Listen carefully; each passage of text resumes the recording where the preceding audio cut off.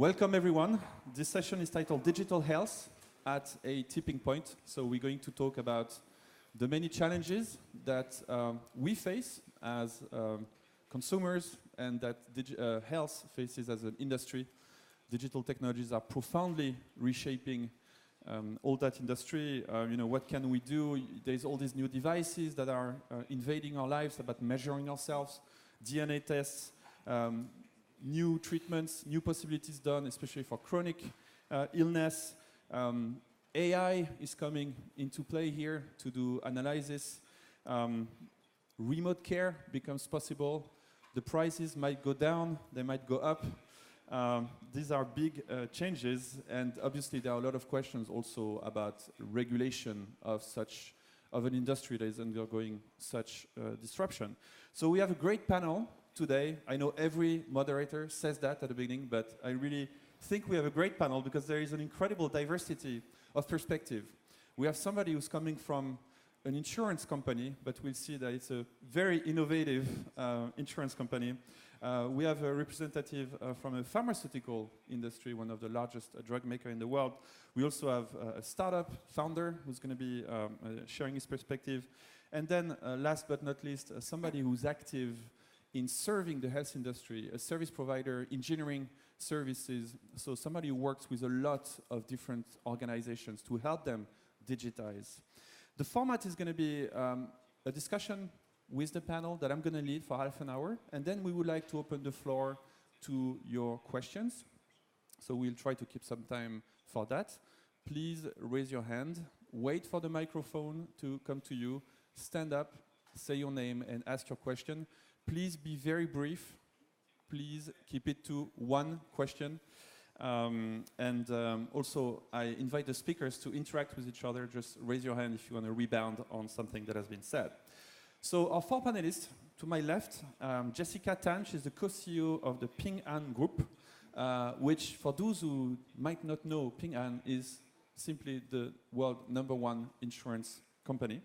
Pius Hornstein, from Switzerland, is General Manager of Sanofi China, who just announced on May 25 a partnership with a media company that is actually more of a data company called Google.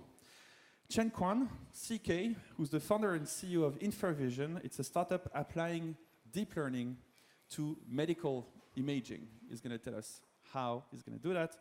And Jiren, who's the chairman and CEO of Neusoft, 20,000 employees worldwide, several countries, providing industry and engineering solutions to people, to corporations active in the health industry.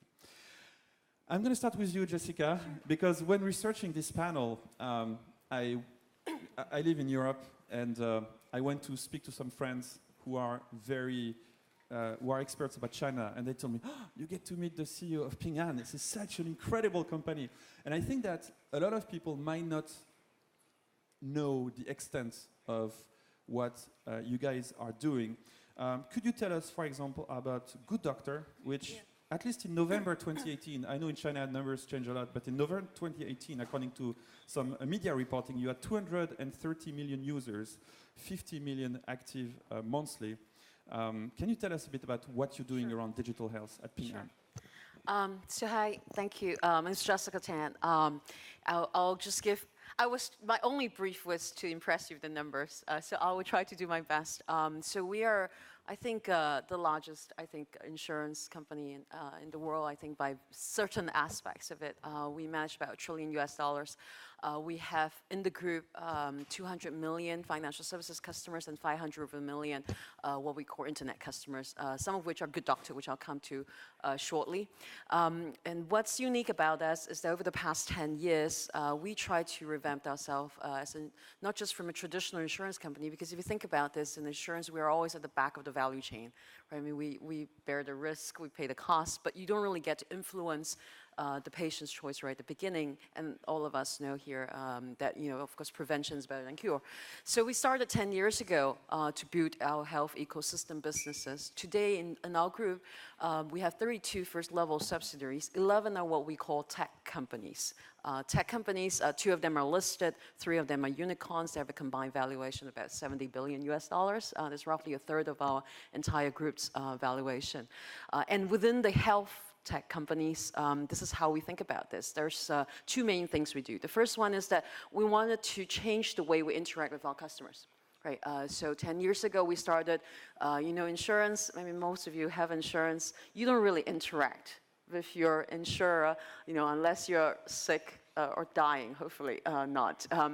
And so we started to build, we need to engage with our customers up front. Right, so we did a couple of things. The first one is that for a life insurance app, we must be the world's largest life insurance app. Nobody talks to their life insurer. But we started to get our agents on the ground. We have 1.4 million of them to basically get all their customers onto the app. Today, our life insurance has 200 million users on the app, even more life insurance customers than what we actually have. We only have about 60 million of them. And we changed the way that we interact with customers. Basically, when you get on our app, you have basically health, wealth services that you can access to, because we are the online wealth management. We have Good Doctor, which I'll come to shortly. And then over time, you might buy something from us. 1/3 of our new customers for the past 3 years came from our so-called 500 million internet users. So I think that's one thing we did in terms of changing the customer interactions.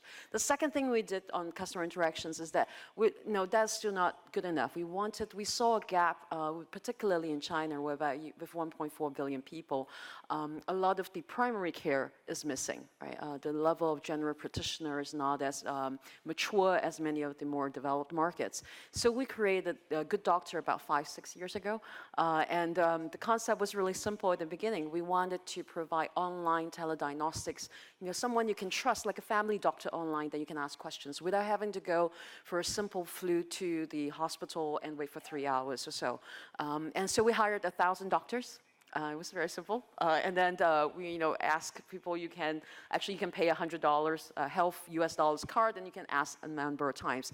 Today our numbers grew a little bit. We are 250 million users, indeed over 60 million monthly active. Every day we have 550,000 people talking to our doctors online.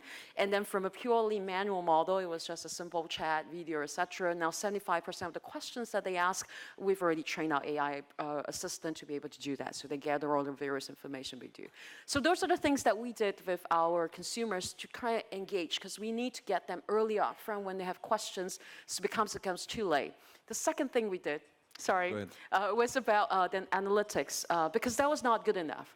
Because the bulk of the actual treatment actually happens within the hospitals and the clinics, and we need to improve the level of productivity. I mentioned in the panel yesterday that I think for 1.4 billion people, we only have 3 million doctors.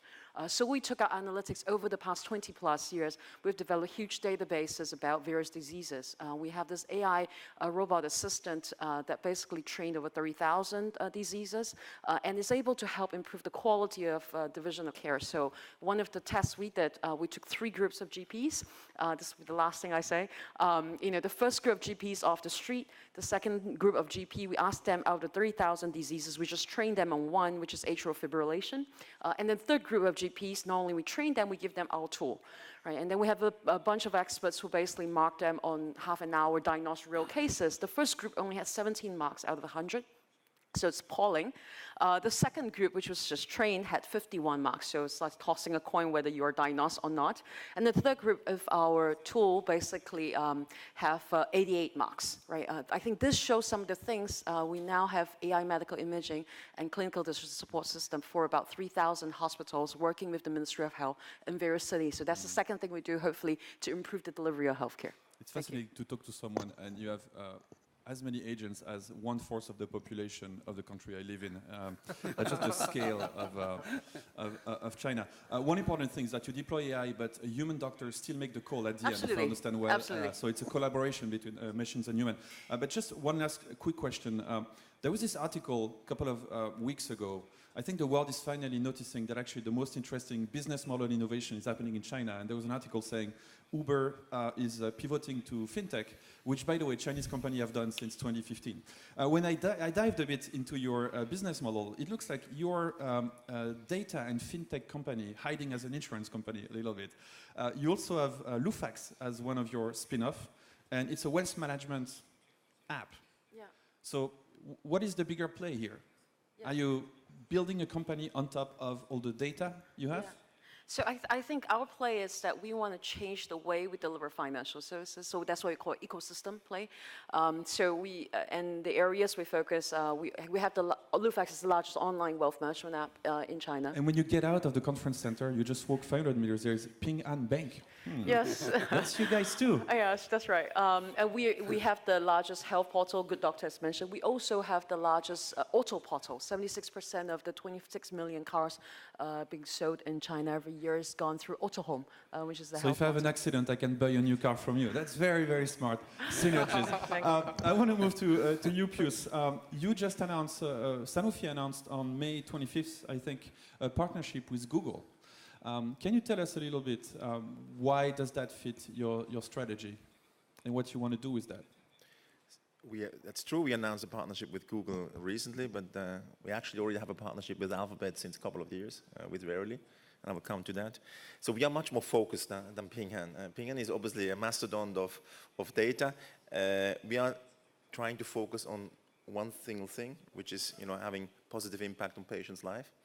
And I think that the title of the session is, are we on a tipping point of digital health? Actually, we tend to believe that we are at a tipping point of health, so to speak, not with digital, because digital is ultimately just an enabler for what we do. And why do I think so? I just celebrated the 90th birthday of my father last week. So he was born in 1929. And 3 months ago, I celebrated the birthday of my twins, which are 12 years old. So you think about yourself and your parents, who already became 19 years old. And tomorrow there's a session about, what would we do if we would be 150 years old? I tend to believe that actually that's not a conditional. Definitely our children will become, above 120 years old. So, and digital is just everything which helps us to achieve that. So I think you mentioned it, collaboration is everything. Why do we want to move into partnership? It's a lot about data. Sanofi has been a classical drug manufacturer, so more in the physical science, chemical science space. And what we see today is that physical science, biological science, and data engineering are actually converging today. And we are coming just from the product science base, and we try to achieve similar things like you guys, to have an impact on patients' life.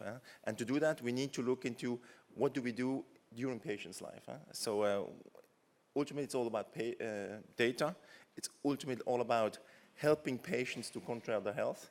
And I think with partnerships like Google, we try to move into that space and understand how does treatment regimens, behavioral regimens influence patients' outcome. And for that, we need key partnerships. So I think the digital health space is also the space and the area of collaboration. And talking about China, because I'm now here 6 months in China, we have obviously collaboration with Ping An, because that's the ecosystem we have in China. And we have partnerships where we look into patient cohorts, for example. So we have, in one of the cities in China, we have a patient cohort of 50,000 people, which we would like to investigate. How can treatment applications, interference, and accompany patients throughout the treatment regimen? How can we improve outcome, treatment adherence ultimately, and help physicians to make also better decisions? And for that, we need a kind of three-party collaboration of companies who are able to have the digital interface, drug companies which deliver high-quality medicines, and obviously hospitals and physicians who ultimately manage the patients. So we are very much interested in accompanying even more patients beyond just the therapy. But is it because you guys are working towards personalized medicine, like the treatment would be customized to my genes, for example? So you're trying to get data on the genes, the medication that was given to the patient and what resulted in terms of outcome? And Is that what you're working towards, like more personalized medicine? It can be more personalized medicines, but most of the medicines, let's talk about chronic therapy. For example, stroke and MI, myocardial infarction, in China is still the number 1, number 2 disease of the Chinese population. So how can we improve also current health beyond the hospital treatment? In China, we have a very much hospital-based therapy system, which is 85% of the people are really treated in hospitals. What happens if they leave the hospital? How can we influence outcomes beyond that? This is a key thing. So also for chronic therapies, we know that if we can alter behavioral management through digital therapeutics or drug plus therapeutics which come on top of the therapy, we know that we can improve outcome dramatically. So it's not about personalization. It can be, but it is not only about that. It's also about improving patient journey. It seems that there is the general atmosphere is that there is a very strong pushback against tech companies, especially American tech companies, because of privacy concerns. Is it something that, how are you going to manage that in this partnership? I think that's the key point. So how in this collaboration of different stakeholders, how we enter data privacy. It's not only data privacy, it's also who owns the data, who has access to what, who is leveraging what. I think these are the key aspects of what we have to discuss. Regulations are evolving in that. You know that the FDA, the NMPA and the NMPA or the CDA just issued guidance about how do we treat with real-world evidence data in May, just 2 months ago. So that's the core of the thing. So, for example, if we have collaboration agreements with Ping Han or other companies, one of the key things we discuss is how do we create an ecosystem which is safe for the patients and it's well regulated. So this is involvement. It's a key challenge. And we are very careful about that. We have to be very careful about IP that. in the world of data is as complex as you imagine. I always use the parallel of musicians getting sampled by someone else. Like you don't know that it's your music, it's been changed. But how do you enforce IP? Mr.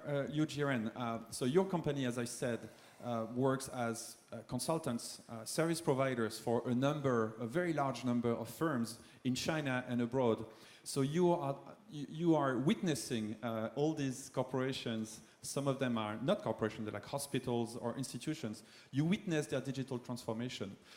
What do you see on the field when you look at these people integrating digital technologies into their daily operations? What's the reports from the ground? Okay. Neusoft is an IT services provider.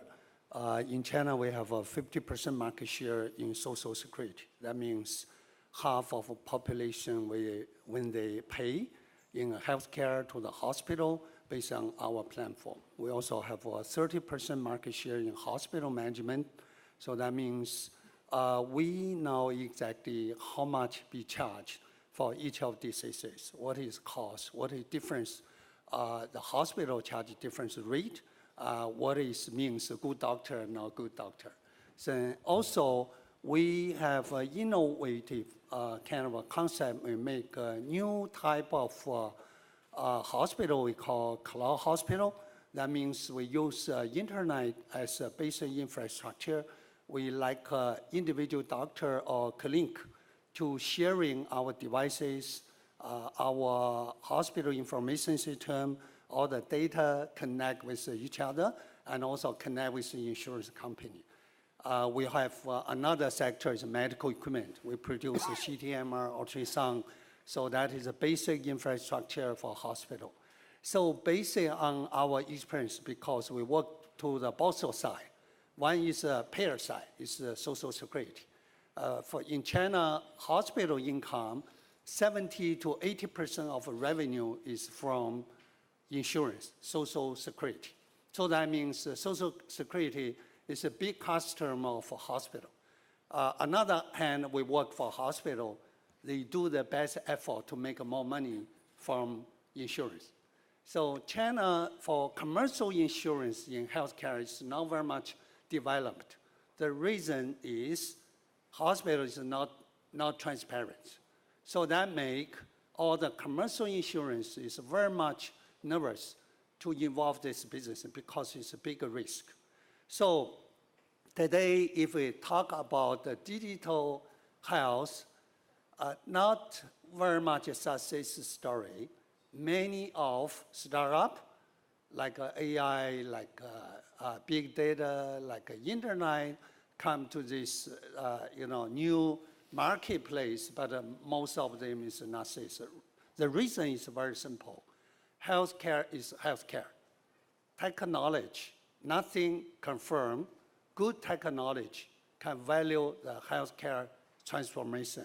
But we can confirm best healthcare must be driven by digital technology. So that means digital technology is a part of an ecosystem. If you cannot fusing and integrated with healthcare regulation, management system, even the culture, you never can be a success in only the technology only. So I think one logic is very important. The payer is driver of healthcare transformation. Because if you don't understand the logic of payer side, you don't know how to make money by technology. So if you use the internet, you use AI, you use wearable devices, not anybody pay to you. So that means your business model cannot be sustainable. So that is a big challenge to the people working in engineering. But if you look at the demand, the future new healthcare, the technology, no doubt, will be more than half, 50% more, the part of a healthcare system. One thing is standard digitalized clinical process is one of big future. Today, the doctor like an artist. If for some kind of disease, different doctor have different methodology. They charge different rate. They take a different the period. But they reading same kind of books. They graduate from same kind of medical school. What is the reason? Because each of individual doctor, just like an artist, they have their own way. So how to make a clinic become engineering, that is digital healthcare. I think that is a direction because many of diseases must follow some standard process, must have the same kind of clinical pathway. How to use drugs, how to make a diagnostic. Without that, we will have a big gap, big city, small city, first tier city or second tier city. That is a bigger problem of course. In China, if you look at best doctor living in Beijing, Shanghai, if you come to county level, we call barefoot doctor. Many of doctor without degree of health, medical degree. So a big difference make the cost also big difference. That make many people travel from small town to Beijing. In this city in Beijing hospital, 70% of patients is from outside of Beijing. The reason is the people try by travel to access best quality of services. That can be solved by digital health. I'm always surprised when I hear people talk about digital transformation of any industry, that at the end of the day, the challenge is not technical, it's mostly human and social. This is what gets in the way of this transformation. And to my big surprise, I talked to the founder of a startup that is trying to look at the data about cancer and to look at what treatment worked for what DNA. And they just cannot get the data from the hospitals. The hospitals will not share it. And so there's a lot of things that need to be done in terms of training, in terms of regulation, etc. To now get perspective from the startup world and from an entrepreneur, CK, the homepage of your company reads, we are applying deep learning technology to assist medical imaging diagnosis. Can you tell us a little bit more about what you do? Yeah. So our company is Infervision. We actually started 4 years ago. I think unlike the rest on the panel, which are actually big healthcare groups, we're actually still a very young startup right now. So 4 years ago when we started, we actually on one hand, we saw that there is a huge gap of good doctors. We see that there is a shortage of good doctors anywhere in the world. In China, just like Dr. Liu was saying, we see that good doctors are basically based in some of the biggest cities like Beijing, Shanghai, some of the big cities in the province. While in the rural areas, we only have like barefoot doctors. In fact, my family actually come from an ancestry of barefoot doctors in some of the poorest places in China. So there is a huge shortage of good doctors. But even in some of the developed countries, we see that the cost of doctor service is very high. So it's actually very expensive to render medical services.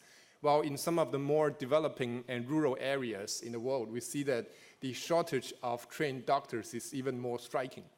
So we see that there's this huge gap and there's this huge demand here.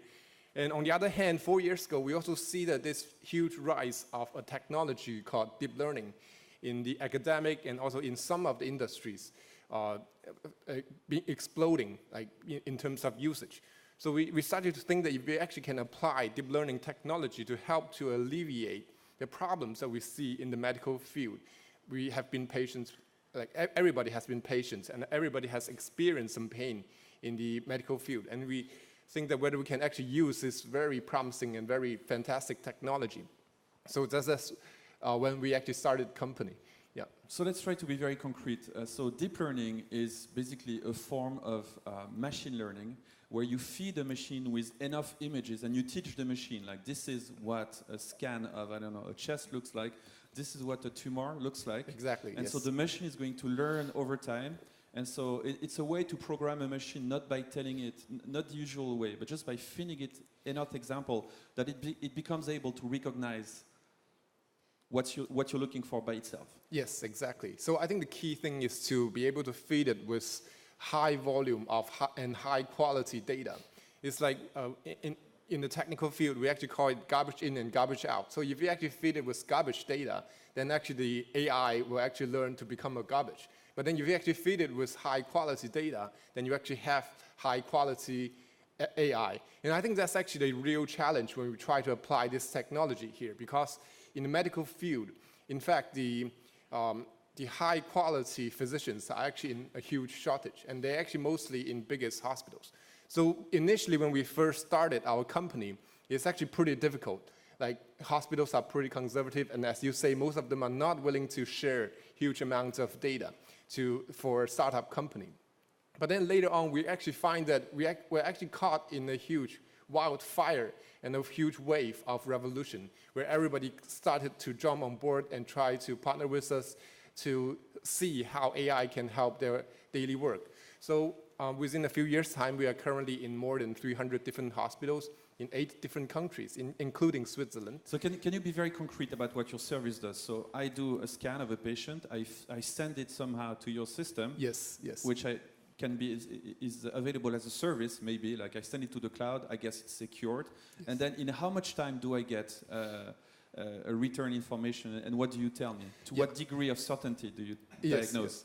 So basically, there are 2 ways to use artificial intelligence from our product. So one way is to do it as a pre-screen, in which, like, after the patient do the scan, so before the doctors actually start to read the image or start to read the patient's record, AI will actually come up with a preliminary result stored in the AI server, and when the physicians start to read that particular image, basically the result will be available for him as a reference. And if you agree with the result, then within 1 click, you will be able to feed it through to the next step. So that's actually one way, called pre-screen. And another way is to do a quality control, quality check. So it's after the physician's finished his days of work, AI will actually screen to see if there's anything missing. So what's the accuracy of your technology to this day? Yeah, so I think the accuracy is more or less a slippery metrics, because actually, just as Dr. Liu was saying, sometimes diagnosis is an art. We actually done a test. Sometimes the inter-observer variability within diagnosis is sometimes high. So we kind of define a gold standard or accuracy as the consensus of 3 very top physicians. And we kind of make our AI try to be closer. So we are still doing our clinical trial in both like CFDA, FDA, CE. Yeah, but then I think we can see there's a huge improvement of accuracy with the use of AI. add I on was trying to think yeah. when I was listening to you, there's this idea of, as a patient, to get the diagnosis, and I was wondering between the doctor and the AI, which would talk to me in the friendliest voice. And I think potentially it could be the AI, because sometimes some doctors, the way they tell you. Pius, you wanted to react, and then I'll go to you, Jesse. So I think we see two big themes. One is the diagnostic field, which obviously you can work with accuracy and probabilities. I think, which is a very interesting field. I think the most challenging field is actually how you improve treatment outcomes, and I think comes a bit to also the work which obviously insurance companies does. And the key challenge is what you said, is how do we define good quality data? How do we find new standards? And how do we value the intervention we do afterwards with new tools on budget impact? Because ultimately, somebody will pay for outcomes.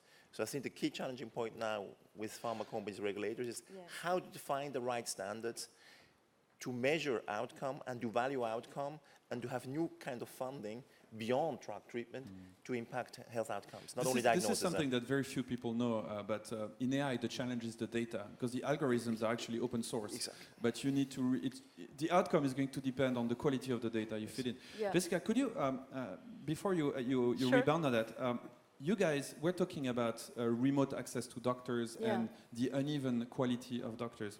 You guys very concretely deploy these kiosks, for lack of a better word, everywhere in China, where as a patient I can go and I can lock myself in the middle of nowhere, and I can get some tests done, and then I can interact with a doctor. Can you just very concretely, from a patient standpoint, walk us through that experience? Because again, I'm sure most of the people in the room are not familiar that it's actually happening right now in China. Sure.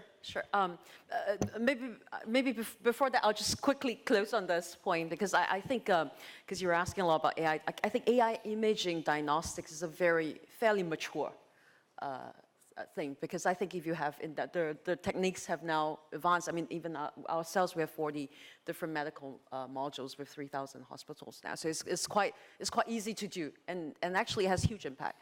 The radiologists at the beginning, we've already, the first week we deployed actually in the second tier hospital, it will actually come up with both judgment, right? So and it's quite simple. If you think about CT scan, it's 200 over images. And you have to pick for the nodules, there's 3 mm, there's like 3 strands of hair, and the granular kind of, whether it is malignant or not, right? So you can train these models, and it's quite easy to deploy. I think the next part in AI, as Pius was saying, will really be the outcome, which I'll come to later, I think, on prevention. But to your point about remote, there's 2 things we do just to get access, right? Not everything is online, because you still need some face-to-face. So we've done 2 things. One is these kiosks, as you put it. It's actually a little bit adapted from the 1-minute clinic that you have in the US. But what we have is these little kiosks. You can go and in Shanghai, especially, you go in. There's a video. I mean, you can talk to our doctors online if you want to, or if you just get a medicine, it's a vending machine that you can actually get your medicine. But if it's a prescription medicine, or if you want to talk to our doctors, you can actually video conference online. So it's kind of a little bit like Good Doctor, but instead of just a mobile phone, we actually have a physical presence, and we worked with pharmaceutical retail chain stores that you can go in, and we try to provide a clinic there. So I think that's one part we do. We also do on the rural side, so as part of our CSR efforts. We actually put in what you see in China because of the hollowing out of the villages. Most people left are actually old people or young children, right? So what we do is actually we fashion these container trucks, and we put CT scans and everything in the trucks, and we will go around to the villages, and we'll have 2 days. I've been one of them just 2 months ago, and it's really cute. All the old folks that will be jostling, they had this 1 sheet of paper to do their annual medical checkup, and the whole day they will actually do that. We'll actually hire volunteers within the area, both because they speak the dialect, but also we want continuing healthcare on the ground, and we train the village doctors so that when they get the report back, not only do the people get it on their phone, but also the village doctors get it, and then we put our AI assistant there to help them interpret the results and do this. So these are also things that we try to reach to the far out places as kind of innovation of the remote delivery care. Do we have questions from the audience already? The first question of the day, always the hardest. I'll give you 5 minutes to warm up. Oh, we have Couple of hands, one here, and one here. If we could start with Madame there, who was first. It's like with data. First come, first serve. Hi, my name is Abba Saxena. I used to be working with WHO till last year when I retired from there. My question is that in the public health space, we are talking a lot about dearth of good data and how if we had a lot of good data, we could do a lot of good things with that using digital health and other technologies. And here I see that there are lots of people and companies which have a lot of good data. So the question is, are there thoughts about being able to share this data for public good with organizations other than yours? So that is one. And the second question is related to, you talked about your rural outreach and diagnostics and being able to give people information about what they have. What about follow-up care, follow-up treatment and long-term care? How does that work? So you're raising a very important point about the ownership of data.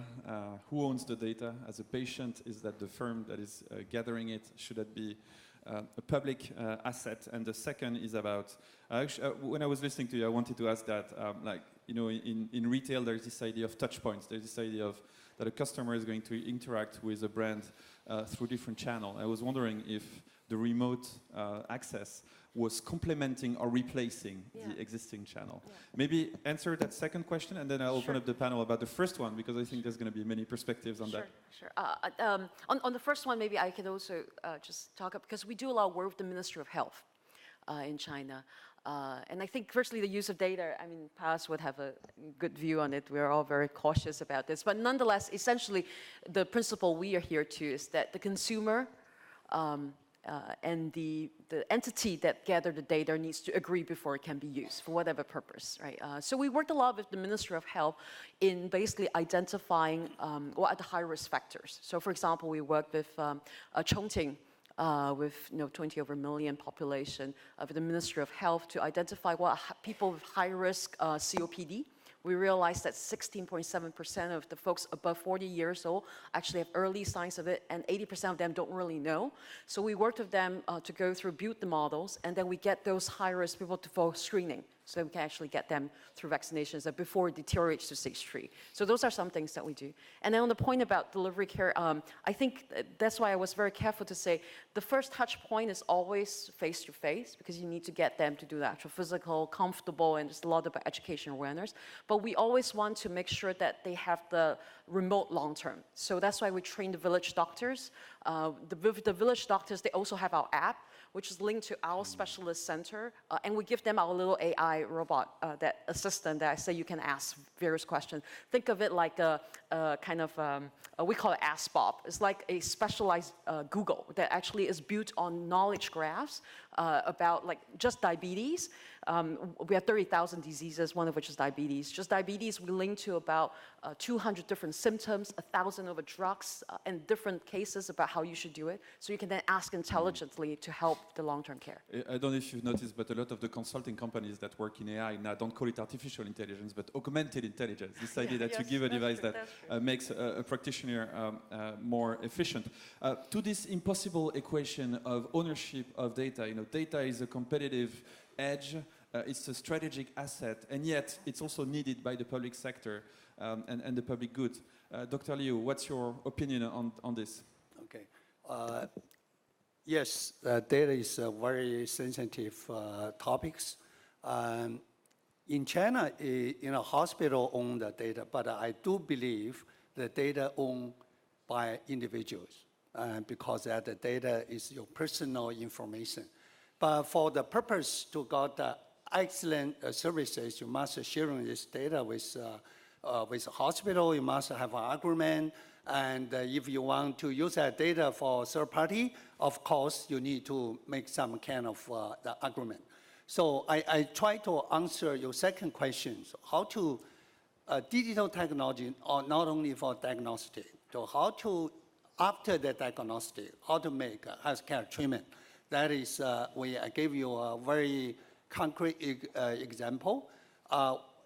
stroke is a big problem because within 3 hours, if you cannot have a right diagnostic, a right treatment, you will have trouble.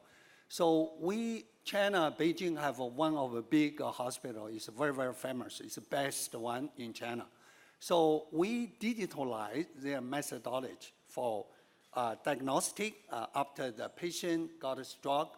They use the remote areas. They use their CT scanner. After got a picture, you send this picture to the Beijing, not really Beijing, in cloud, in server. After 3 or 5 minutes, by computing, we got exactly diagnostic and clinical pathway. That pathway is a Beijing-based hospital methodology. And then they send it back to guide the local doctor to follow up those kind of steps. Step 1, doing that. Step 2, doing that. After 5 steps, the quality is exactly same as Beijing. After that, the rehabilitation will be happen in local. So that will take like 8 months, a year. So they needn't to travel to Beijing. Of course, they have no way. After 3 hours, they will have big trouble. So by this way, Beijing hospital already connect more than 30 county-level hospital. We mix together like AI, clinical pathway, clinical engineering, and also care, medical services, even rehabilitation. So that is a very concrete example. That hospital will connect hundreds. One big hospital may connect to rural areas, so for hundreds small hospital. Pius, did you want to add something now? When I was listening to you, I was thinking you're lucky to be in the same jurisdiction and to have such a big country, because typically in Europe, with every country can have like different laws, and data moving around is becoming a very big headache. Sir, your question, please. Hello, I'm Simon Bachmann. I'm from Switzerland. I have a startup called Edu Technologies. We do sensors for wearable devices, so we basically bring clinical grade signal quality into consumer devices. And I have a question for Mr. Hornstein. You mentioned that it's important also to basically monitor the people when they get out of the hospital in a home setting. So how is it possible to ensure a high signal quality so the diagnostics that is happening also in a home setting is reliable and the treatment becomes more efficient? Okay, so I think the specificity in the Chinese system, I'm only 6 months here, is, first of all, it's a really hospital-based system. Very different from other systems like in Europe, which is a more general practitioner system where people have continuous care outside of hospitals. It's a big difference, and I think it's a big challenge for the Chinese healthcare system. The key challenge is not so linked to diagnostic, it's really to follow-up of care. Let's take diabetic patients. And I have been in hospitals and seeing what the pain points are. So they're getting diagnosed, they're probably 7-8 days in the hospitals, get up to any kind of therapy, can be oral, can be insulin. They're going to be discharged, and then they're going to be discharged. There's no follow-up, specific in this country. So we have a program where we try to see what can a nurse intervention, a follow-up call, an artificial intervention, or augmented intervention mean to the treatment follow-up of patients, not only in the training, but on the aftermath of diagnosis. And what we see is that if you can do that efficiently, and the patient is willing to actually do it, you can significantly increase treatment outcomes, treatment adherence. I think this is very, very important because you do it at a fraction of incremental cost with super much higher impact on treatment outcomes. So that's why it's very interesting for the healthcare system, very interesting for insurance companies, very interesting for drug companies, because actually you don't add more cost to the system, you actually add more value to the system.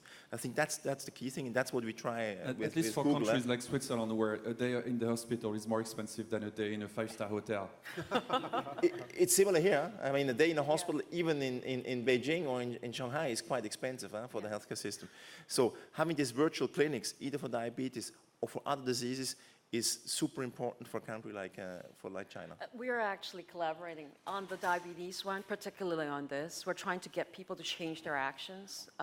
So diabetes in particular, actually, the difference in cost, if I remember correctly, is 10,000 versus 30,000 if you didn't adhere to it.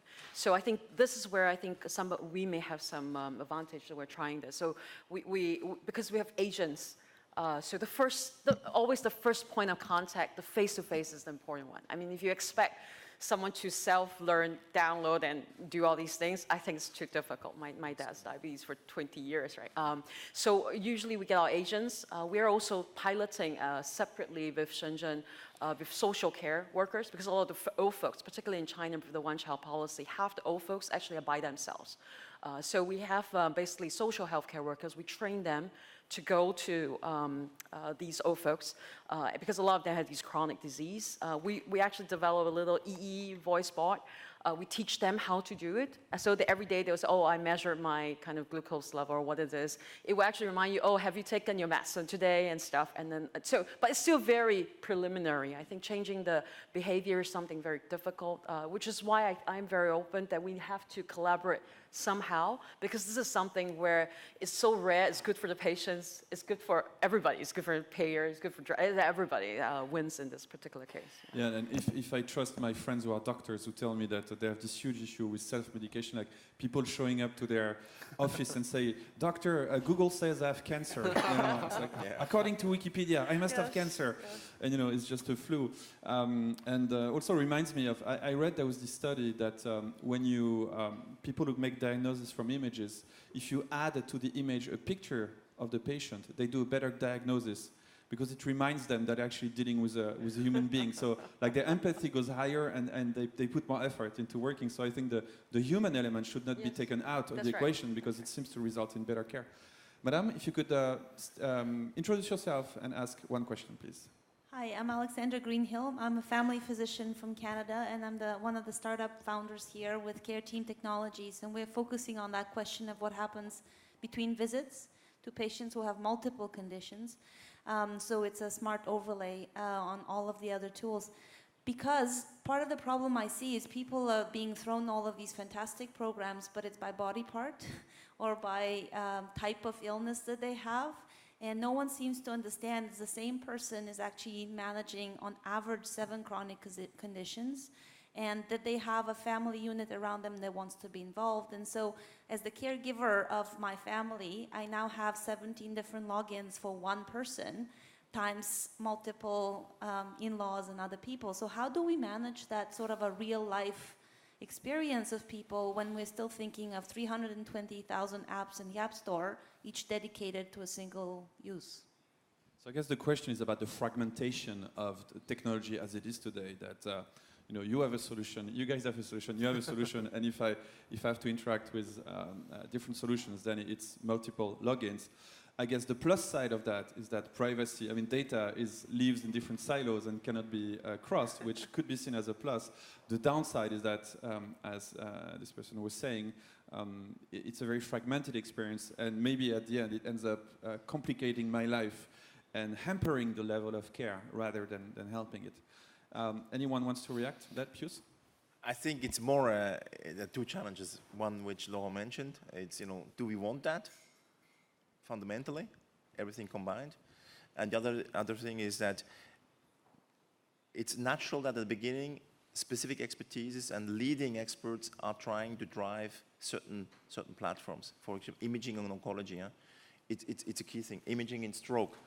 It's a different body part, but you know, you need leading centers to take the lead. Ultimately, you could imagine one data platform, like, you know, before there was VHS and other standards.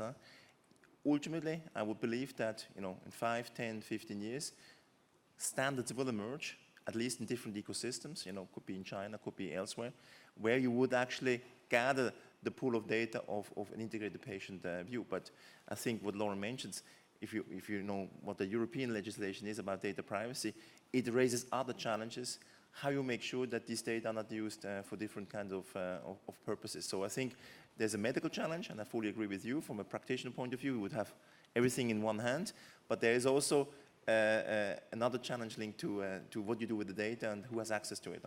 Maybe a solution would be, I know some governments are developing some government ID, like government login systems that you could use to, the same login. That would solve one of the problems. You still have like data silos everywhere. Do we have more questions? Madam, we're going to bring you a microphone. Thank you. Yeah, it's really around data. Data raises so many questions. Yesterday I hosted a panel about it and asked the panelists, like, do you think we will have perfect solutions for the question of data ownership or intellectual property? And everybody agrees that these are very complex questions that probably are going to end up, with the least worst solution. There is no perfect solution to these problems. Madam, please introduce yourself. Sure. Sorry. Yan Qing from Eastside Media Group. I actually have a question for Jessica and also for Liu Zong. I know that Ping An and also Neusoft has been working with hospital for quite a lot in China. As we look at the data in the hospital of the patients and also their illness, there's enormous data. But actually, the different hospitals has a different IT system and they are very complicated. It is even after the leadership in the city or in the province has ordered them to do something to digitalize the data in the hospital, it is still very difficult. But and also as to the new data, if we set up a new standard, the same one, and you can have the same structure and label them, and you can do something. But as to the old data, it is very, very difficult to put them together, pooling, and we can do something. So my question for you is that how to really digitalize the hospital data of the patients. We have to have a GDPR or something, but beyond that, only by maybe just by technology, how do we handle with this very difficult structure of the data to really harness them and utilize them data? I guess the question is about the fragmentation of data, and people working with data more than that, know that there are different models, and so getting data that has been stored and interpreted in different ways, how to make it compatible to get like a global view on it. Yeah, this is a big problem. There's no easy way. We have a team of about 500 people who does nothing but cleans data. And of course, at first manually, then we developed tools around it. So now we're able to read, like for example, some of the cryptic messages that the doctors write, and we're able to kind of like translate that into something more, because sometimes they even call the same terms differently, right? And so we have various tools and standardization that we have. We have our own kind of, it's our standard, I guess there's no standard out there, but we basically created certain taxonomy about different diseases, medications, etc. And then we try to clean that, right? And over time, try to automate that more and more. We do that for our own data. So that's why we created cell tools. And then now we're working with the government as well as the hospitals one by one to kind of clean it. But it's a very tedious effort, yeah. Basically, that is not a technical problem. There's an international standard in worldwide. And also each of the country have their standard to connect all the medical data and also interconnect even the devices, even all the medical record. The problem is most hospitals don't want to connect with others. Even the inside, like a hospital, just this last question asked, if people got multi-conditions, multi-diseases, how to make a kind of diagnostic. So maybe some patient come to hospital, they meet each of doctor, all the doctors say, you have no problem, but the patient have problem. The reason is each of doctor based on their own knowledge to make a diagnostic, but they put together maybe a case difference. So that is we're talking about integrated medicine. So data is very important. So I don't think there's a problem for technology, cannot connect, but because of logic at the back, like the money, like reputation, maybe they can lose some the customer. But in China, some of city did excellent works, like city of Ningbo, all the medical institute, all the data in same platform. Every individual medical doctor, even they come to different small clinic or big hospital, all the data sharing in same platform. So each of individual, you can download the apps, they call Cloud Hospital. You can access, you can, to say all the history, the data or information you get a service in different medical institute. So that means the problem is not technology. It's easy to solve the problem, but in a hospital, they have their logic. I sit on the board of a startup. We do compare the price of money transfer services. So we connect to 300, 400 different data models from all the PSP, the payment service operators. And the only way we could solve that was to add our own data model. So by trying to solve that problem, you actually make it worse in a way. And then our model is not the standard. But also when I was listening to you, I was thinking about airlines that make sure they have airplanes from different brands. Because if something happens, like what's happening now with the 787 Air Max or whatever, the number of that airplane, if it gets grounded, you don't want your whole fleet to be grounded. So there is also fragmentation, also has good sides that typically in the technological world, if you have one type of server and somebody finds a hack, then the multiplicity of brands ensures more safety. So very hard problem again. CK, just wanted to ask you something because one of the underlying discussion here is about regulation. We hover a lot around regulation issues. I think the regulatory framework has really changed. Like you can see, I don't know if you guys noticed, but to go to a different field, like Facebook announced Libra, it took the US Senate 12 hours to make a statement about it. I think I've been in technology for 25 years. Before, it would be 10 years, not 10 hours for the regulator to respond. You see some proactive regulators now giving sandboxes. You see fast tracking. What's your experience with regulation as an entrepreneur trying to bring a new technology to the market? Yeah, I think healthcare and medical industry is a very special industry in which we have a huge information asymmetry between the patients as well as the service provider. The service provider simply have so much information that the patient doesn't have. So that's why we actually need a very strong regulatory body to ensure that the rights of the patients is being maintained, it's being protected. So that's why a lot of the new services, even though the new service might have a lot of value for the patient, it still has to go through an entire regulatory process to get reimbursed, to get approved. I think that's the basic logic behind this. I think for AI, especially when we talk about data, I think the key thing is that for AI technology, the best part is that the business model of AI is not dependent on reselling the data, just like internet companies. So it's more or less like we learn from the data, but then afterwards, the data is actually not useful, especially for the privacy information. It's basically not useful for the AI model anymore. It's actually the model itself that is actually the part that we use.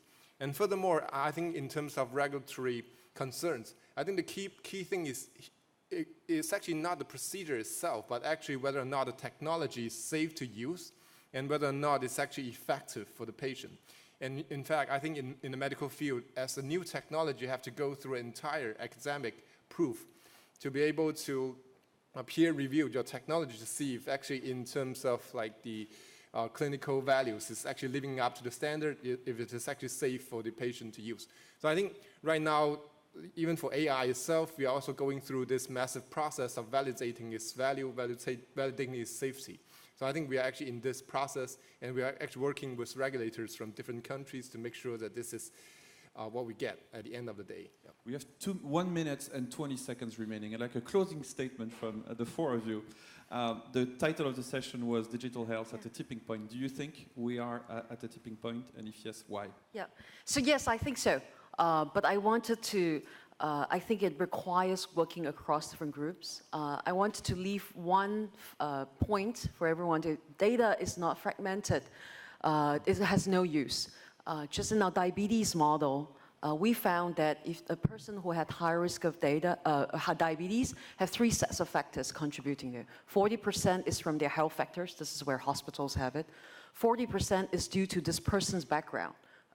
these are, you can call it family. And then 20% is basically lifestyle factors, which are all what the monitoring health devices have. Right? Only when you get it together, then you can actually make reasonable models out of it. So I would think that there's a lot to be done in terms of collaboration here. We need all the data to come together so that it can be exploited for better. Not just wearing Pius. stuff. Yeah. Definitely yes. I think it's a tipping point. I think it's a tsunami. With 5G, it will even increase more. And I think we can only resolve it with collaboration. Yeah, 5G, except in Switzerland, where it's been forbidden for some reason. CK. I don't know.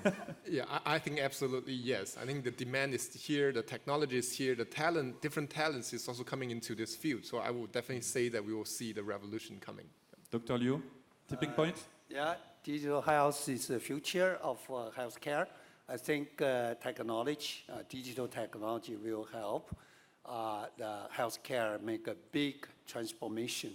We call that a new healthcare system will come out by the support of digital technology. Thank you very much. Please give a warm round of applause to our panelists, Jessica Tan, Pius Hornstein, Chen, Kuan, and Dr. Liu. Thank you very much. Have a great day.